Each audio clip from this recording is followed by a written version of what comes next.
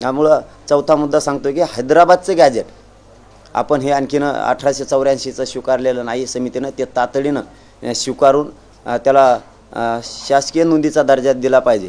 बॉम्बे गव्हर्नमेंटचं आपण गॅजेट स्वीकारलेलं नाही।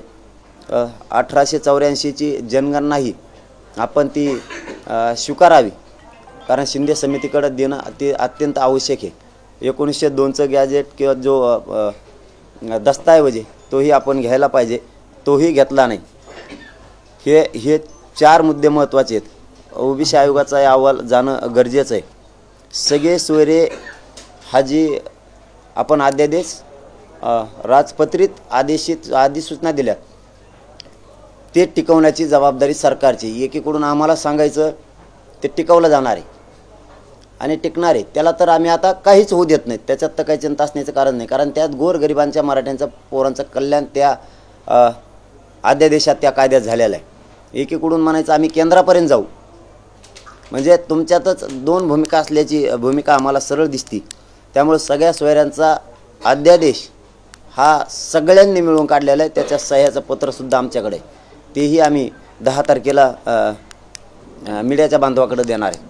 कारण तुम्ही एकीकडूनच सगळ्यांनी मिळून सगळे सोयऱ्यांचा अध्यादेश काढायचा आणि दुसरीकडून म्हणायचं आम्ही केंद्रापर्यंत सुद्धा जाऊ। एकीकडून ओबीसीला असं बोलायचं आणि दुसरीकडून असं बोलायचं। फक्त याचबरोबर माझं मराठा समाजाला आता एक 7वं आव्हान आहे, हे 6 मुद्दे याच्यासाठी 10 तारखेला आमरण उपोषण सुरू होणार आहे। कारण राज्यातला एकही मराठा आरक्षणापासून वंचित नाही राहिला पाहिजे, याच्यासाठी हे आमरण उपोषण 10 फेब्रुवारीला पुन्हा सुरू होणार आहे। सरकारच्या हातात आणखीनही 10 दिवस आहेत, त्यांनी ती अंमलबजावणी करावी। 15 दिवसाचा त्यांचा वेळ आहे, तो पूर्ण होतोय 9 तारखेलाच। त्याच्यामुळं 10 तारखेला आम्ही आणखीनही गडबड करत नाहीत, पण आम्ही मराठा समाजाच्या फायद्याच्या पुढं दुसरं सहन करू शकत नाही। म्हणून सरकारला आणि मराठा समाजाला विनंती आहे की ज्यांच्या नोंदी सापडल्यात त्यांनी तातडीनं त्यांच्या परिवारातले जे नातलग येते त्यांचे अर्ज दाखल करा। अर्ज दाखल केल्याशिवाय तुम्हाला प्रमाणपत्र मिळणार नाही, सगळ्यांनी प्रमाणपत्र काढून घ्या। सगळ्या सोयऱ्यांच्या कायद्याची अंमलबजावणी करण्याबाबत मी खंबीर आहे, त्याची मराठा समाजाला काळजी करण्याची आवश्यकता नाही। मराठा समाजातल्या घराघरातल्या मराठ्यांना मराठवाड्याचं आरक्षण मिळाल्याशिवाय मी एक पाऊलही मागं सरकणार नाही। तुम्हाला मागही शब्द दिला होता, आत्ताही दिला। मी आंदोलन कसल्या स्वरूपाचं ते थांबवलेलं नाही आणि थांबवणार सुद्धा नाही।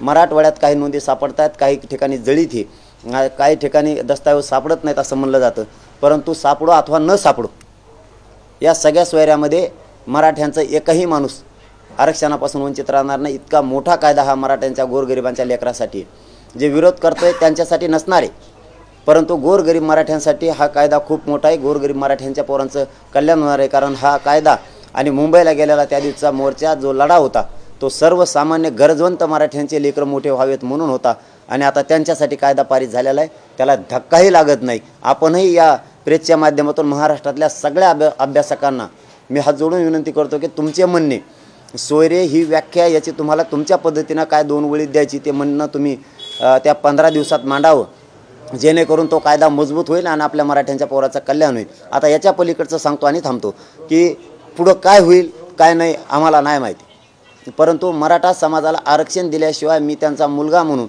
महाराष्ट्रातल्या गोरगरिबांच्या मराठ्यांच्या पोराची पाठीशी खंबीर उभा राहणारे। प्रत्येकाला आरक्षण मिळाल्याशिवाय मी हटणार नाही, कोणात गैरसमज कोणी करून घ्यायची गरज नाही, हे मराठ्यांनी लक्षात ठेवावं आणि सगळ्यांनी पुन्हा तशीच आहे तीच एकजूट ठेवावी। मराठ्यांना आरक्षण मिळाल्याशिवाय आणि सगळे सोयऱ्यांच्या कायद्याची अंमलबजावणी 15 दिवसाच्या आत केल्याशिवाय मी थंड बसणार नाही, शब्द महाराष्ट्रातल्या मराठ्यांना देतो आणि थांबतो। आपल्याला काय विचारायचं आहे? 16 फेब्रुवारीच्या अधिसूचनेवर हरकती सूचना आक्षेप घेण्यासाठीची वेळ आहे। मग आता तुम्ही उद्यापासूनच सर्टिफिकेट द्या असं म्हणताय, मग ते कुठल्या कायद्याच्या चौकटीत देणार ते त्यांनी ठरवावं। अंमलबजावणी त्याला एकतर 6 महिन्याचा पिरियड असतो त्या कायद्याला, त्याला काही होत नाही। तुम्हाला त्यावेळेस अधिवेशन घेऊन तुम्ही तो कायदा पारित करू शकता।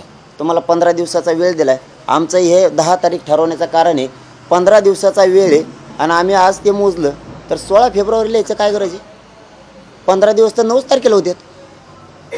अशा कोणत्या कायद्या बनवताना तुम्ही ही वेळ दिलेला आहे 22-23 दिवसाचा कोणत्याला दिलेला आहे? ही पण दुरुस्तीची 10 तारखेला आम्ही आमच्या नियमात आहेत, त्या दिवशी त्यांचे 15 दिवस हरकतीचे होते। आमच्या नियमानं 10 तारीख बरोबर आहे, म्हणून आम्ही काय उद्या अंमलबजावणी करा अथवा नका करू आमचं म्हणणं आहे उद्या करा। हरकती घेऊन तुम्हाला करायची असेल तर 9 तारखेला तुमचे 15 दिवस होते। 10 तारखेपासून अंमलबजावणी करा.